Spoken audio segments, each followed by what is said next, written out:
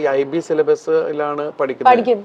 അപ്പോൾ ഇടയ്ക്ക് ഞാൻ പറഞ്ഞു ഇങ്ങനെ മോളിപ്പോൾ MBBS പരീക്ഷ കഴിഞ്ഞു, അവൾ പാസ്സായി, അവൾ ഔസർജൻസി ചെയ്യാണ് എന്ന് ഞാൻ വേറെ ആരോട് എന്തോ സംസാരിച്ചപ്പോൾ അവർ വിശേഷം ചോദിച്ചപ്പോൾ ഞാനാ പറഞ്ഞു. ഇവളിങ്ങനെ നിന്നിട്ട് എൻ്റെ തട്ടണു. ഞാൻ UKG പാസ്സായി എന്ന് പറ. UKG പാസ്സായി എന്ന് പറയാൻ പഠിക്കും കേട്ടോ, ഇരുന്ന് കുത്തിയിരുന്ന് പഠിക്കുന്ന ഒരു പ്രകൃതമാണോ അതോ ഇങ്ങനെ? ആ സ്കൂളിലെ ആൾക്കാർ പറയുന്നത് നിങ്ങൾ ഒന്നും പഠിപ്പിക്കരുത്. മാതാപിതാക്കളോട് പറഞ്ഞ ആദ്യത്തെ മീറ്റിംഗ് അതായിരുന്നു.